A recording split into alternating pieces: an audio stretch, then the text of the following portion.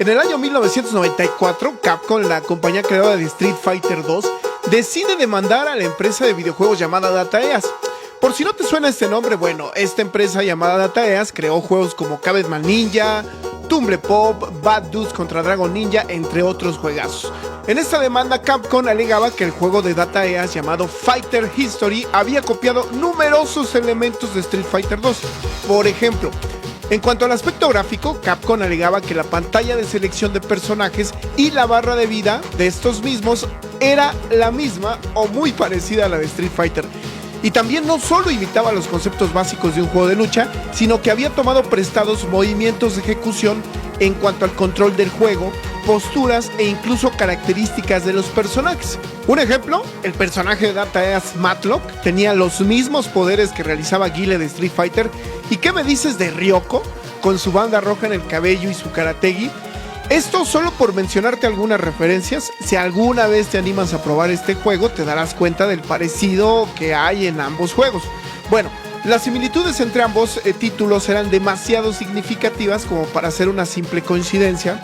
Capcom buscaba detener la distribución del juego Fighter History en absolutamente todo el mundo y reclamaba daños y perjuicios.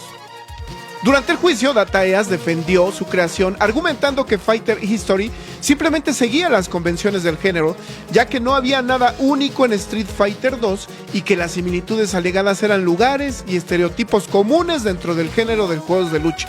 En otras palabras, afirmaron que Capcom no podía reclamar propiedad sobre el concepto general de los estereotipos que se usan para realizar un videojuego de este género.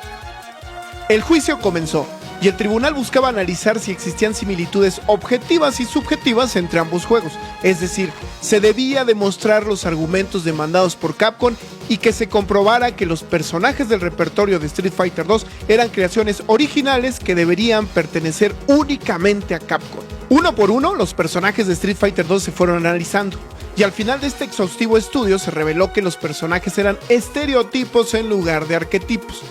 Los abogados de Capcom sostenían que ciertos personajes específicos en Fighter History eran imitaciones de personajes de Street Fighter 2, pero no se pudo obtener considerable evidencia para demostrar que los personajes que Capcom reclamaba como sus propias creaciones lo eran, ya que se comprobó que ellos habían tomado íconos de la vasta cultura y literatura japonesa y que algunos movimientos especiales de los personajes provenían de otros juegos de pelea y películas de artes marciales.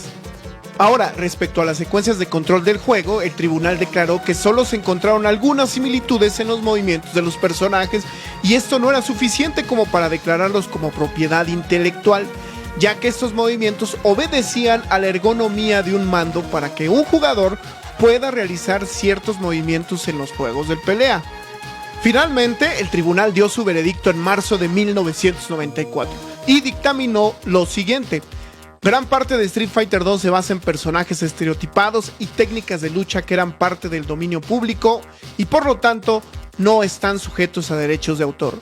También se sostiene que el juez no podía darle la razón a Capcom porque en ese caso se estaría creando un monopolio de juegos de lucha, ya que eso obligaría a que todos los juegos de pelea que se desarrollasen en un futuro no podrían hacer uso de una variedad de personajes y movimientos. Es decir, prácticamente le estarían otorgando a Capcom la propiedad de todos los juegos de pelea basados en personajes humanos y la ley de derechos de autor no ofrece tal cosa. Al final la corte buscó asegurar una competencia sana entre compañías y evidentemente así fue. Así concluye esta batalla legal épica en el mundo de los videojuegos. Capcom y Data East nos enseñaron que aunque los videojuegos puedan inspirarse mutuamente, lo que realmente importa es la chispa creativa única que cada desarrollador trae a la mesa. Y al final los que siempre fuimos beneficiados con esta competencia fuimos nosotros, los amantes de los videojuegos. Te agradezco mucho que hayas visto el video y si te gustó, gracias por tu like. Nos vemos en la próxima.